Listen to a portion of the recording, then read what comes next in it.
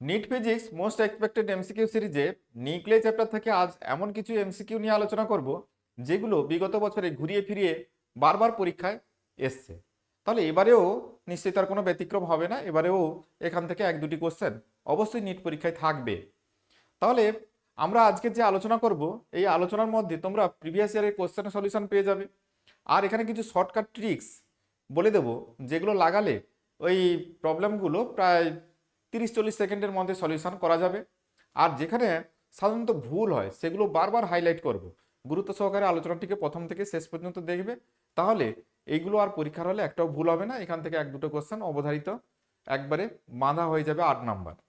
চলো এখন দেখো,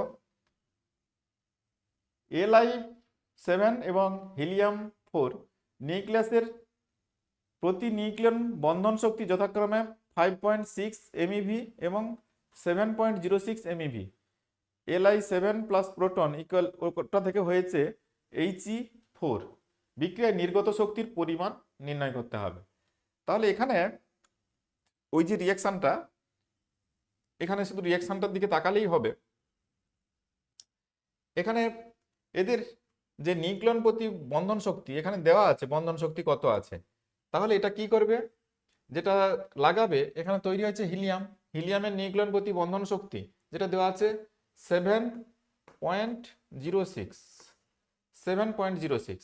এরকম কটা হিলিয়াম হয়েছে, 4 দিয়ে 8টি ইন্টু 8 মাইনাস এটা আগে কত ছিল এর বন্ধন শক্তিতে, লিথিয়াম 7 ছিল, লিথিয়ামের নিউক্লিয়ন প্রতি বন্ধন শক্তি 5.6, এরকম 7টা লিথিয়াম 5.6 ইন্টু 7, এটাই হচ্ছে নির্গত শক্তির পরিমাণ হচ্ছে। তাহলে এটা মাল্টিপ্লাই করতে হবে, এটা মাল্টিপ্লাই করে এটা মাইনাস করলে কি রে না, এটা 7×8 = 56, এটা হচ্ছে 7×5 = 35, 35 7 7 6 42, 35 আর 39 সামথিং হবে, 39 আর এটা 56, তাহলে 40 50 56 16 17 সামথিং আসবে। এটা হচ্ছে বির উত্তরটা হবে 17 সামথিং। এখান থেকে আমরা দেখে উত্তর বলতে পারি এত এমইভি। যদি অ্যালুমিনিয়াম 27 এর নিউক্লিয়ার ব্যাসার্ধ 3.6 ফার্মি হয়, তবে কপার 64 এর নিউক্লিয়ার ব্যাসার্ধ কত? এটা একটা পপুলার রিলেশন থেকে এসছে, নিউক্লিয়াসের ব্যাসার্ধ R সমান R0 × 10⁻⁰। এই যে সমীকরণটা আমরা জানি, এটা যেখানে মাস নাম্বার, তাহলে এই সমীকরণটাকে দুটো ক্ষেত্রে লাগাতে হবে এবং অনুপাত করতে হবে। তাহলে একটার আছে 27 ভর, একটা 64, তাহলে 64/27 অনুপাত করলে দেখো তোমরা ছোটবেলায় সেই এটা কপারের ক্ষেত্রে হবে, এটা অ্যালুমিনিয়ামের ক্ষেত্রে হবে, দুবার সমীকরণটা লিখবে, অনুপাত করবে। অনুপাত করলে কি হবে, উপরে একটা 64 থাকবে, নিচে 27 থাকবে। 64 মানে 4 এর কিউব, 27 মানে 3 এর কিউব, তাহলে এটা 4/3 হবে, কারণ 1/3টা বাইরে আছে, তাহলে 4/3। তাহলে 4/3 ইন্টু 3.6, ওটা করলে কত হবে, তাহলে 4/3 মানে 3-টা কাটবে, হচ্ছে 3 একে 3, 3 দিয়ে 6, 12, 12 4 48, 4.8। এগুলো এরকম ভাবে মুখে মুখে সলিউশন করা যাবে, তোমরা অনুপাত যদি না পারো অনুপাত করে সমাধান করবে। একটি তেজস্ক্রিয় নিউক্লিয়াস ভর এ, পারমাণবিক সংখ্যা Z, একটি আলফা কণা এবং একটি গামা রশ্মি নির্গত করলে নতুন নিউক্লিয়াসের ভর সংখ্যা ও পারমাণবিক সংখ্যা কত হবে? তো তোমরা পজ করে সবাই বসে পড়লে ক্যালকুলেশন করতে, কিন্তু এখানে কোনো ক্যালকুলেশনের বিশেষ কিছু ভূমিকা নেই। মানে ভূমিকা নেই বলতে এটাই বলতে চাইছি, এখানে গামা নির্গত হলে নিউক্লিয়াসের ভর সংখ্যা আর পারমাণবিক ক্রমাঙ্কের কোনো পরিবর্তন হয় না, এটা মনে রাখতে হবে। এটা নিয়ে মাঝে মাঝে কনফিউশন হয়, কনফিউশন কিছু নেই, এটা মাধ্যমিক লেভেলেরও জিনিস, যে কোনো নিউক্লিয়াস থেকে গামা নির্গত হলে নিউক্লিয়াসের ভর সংখ্যা বা পরমাণু ক্রমাঙ্কের কোনো পরিবর্তন হয় না।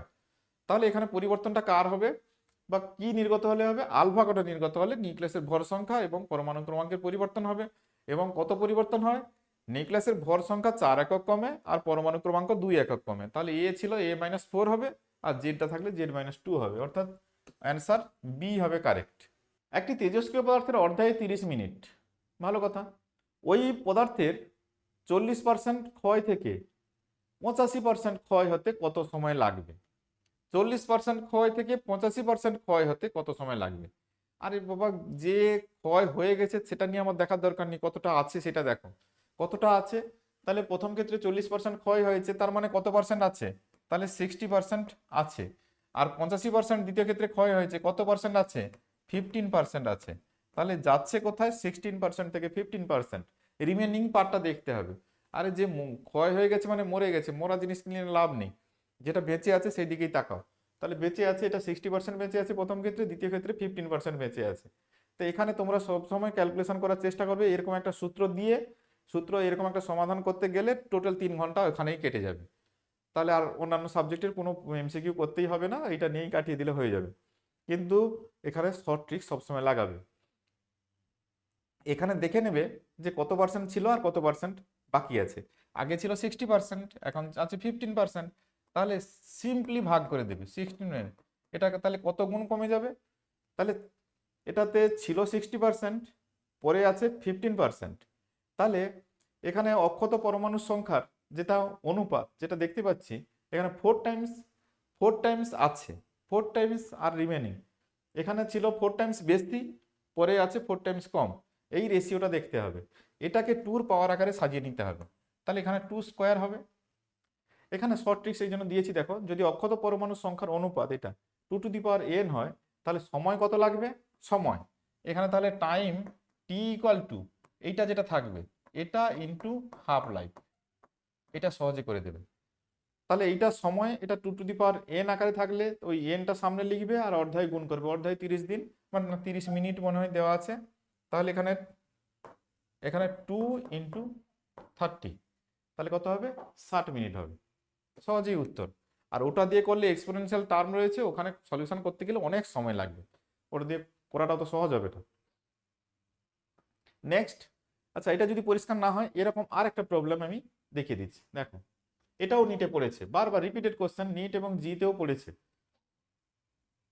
একটি তেজস্ক্রিয় পদার্থের অর্ধায়ু 10 মিনিট, শুরুতে 600টি নিউক্লিয়াস থাকলে 450টি নিউক্লিয়াসে বিঘটিত হতে 450টি নিউক্লিয়াস বিঘটিত হতে কত সময় লাগবে?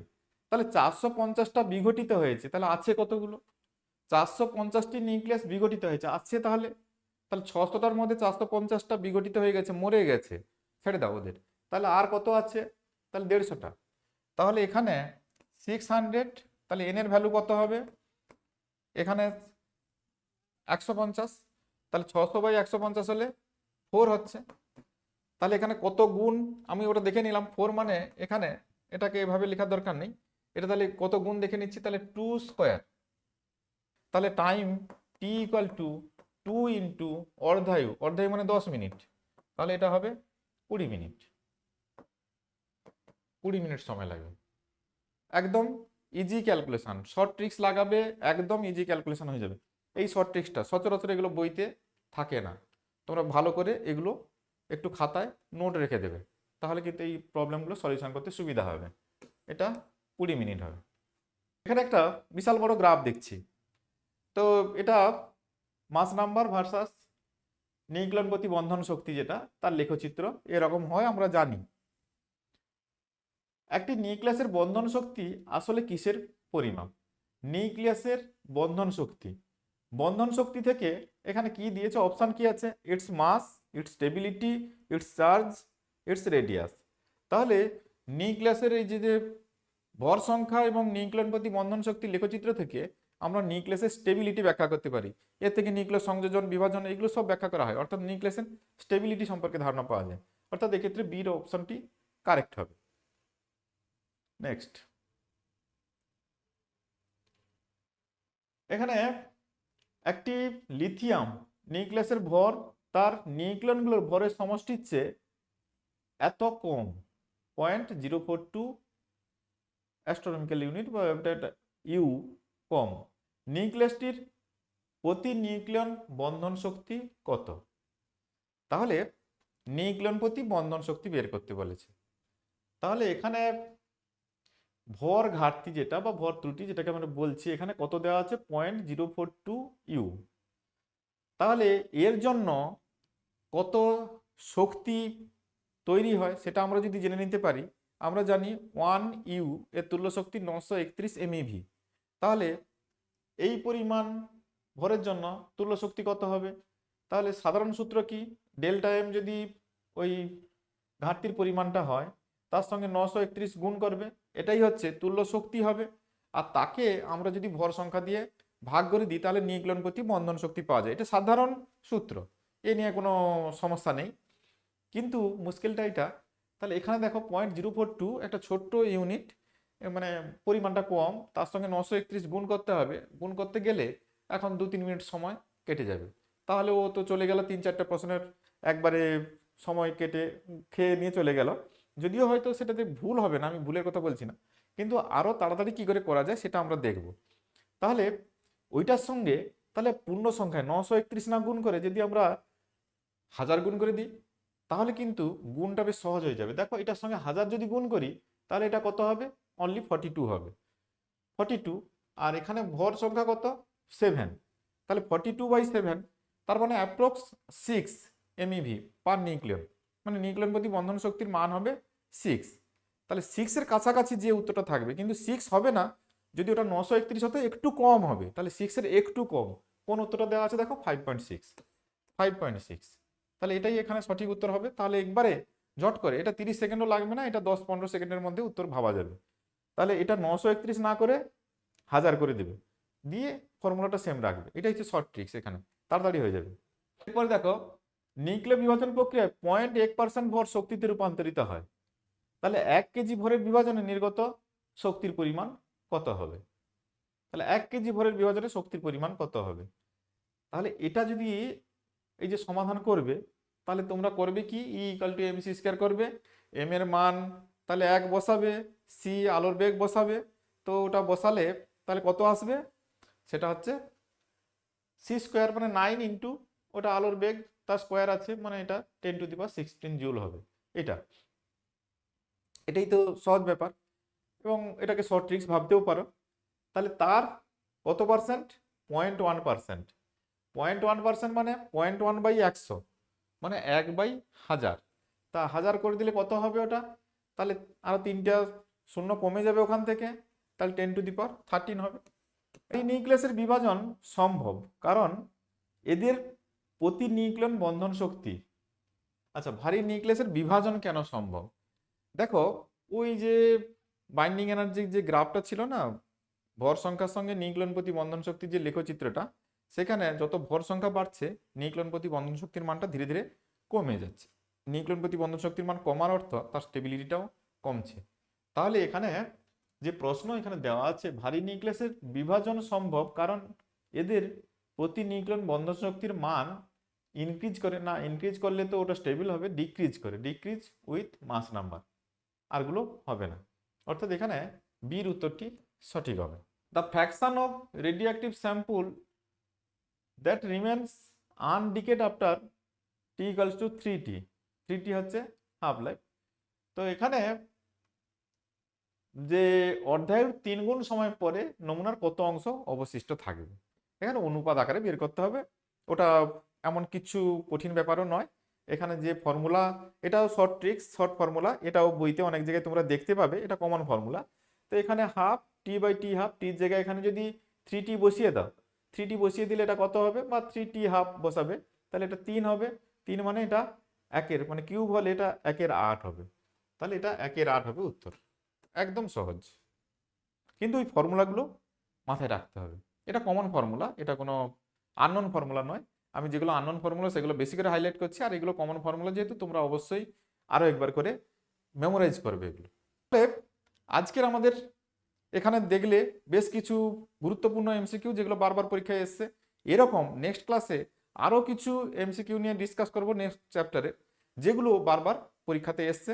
এই আলোচনাটা খুবই গুরুত্বপূর্ণ হচ্ছে, বুঝতেই পারছো। তাহলে আলোচনাটা যদি মিস করতে না চাও অবশ্যই চ্যানেলটিকে সাবস্ক্রাইব করে পাশে থাকবে।